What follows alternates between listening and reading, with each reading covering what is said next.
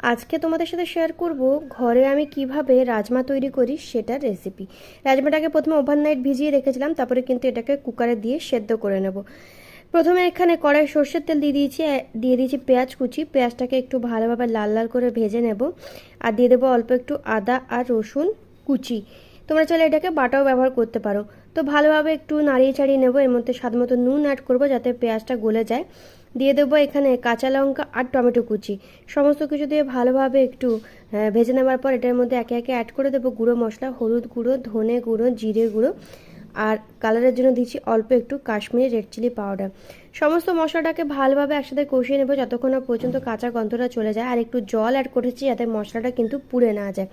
তারপরে সেদ্ধ করে রাখা রাজমাটাও কিন্তু এটার মধ্যে দিয়ে দিয়েছি।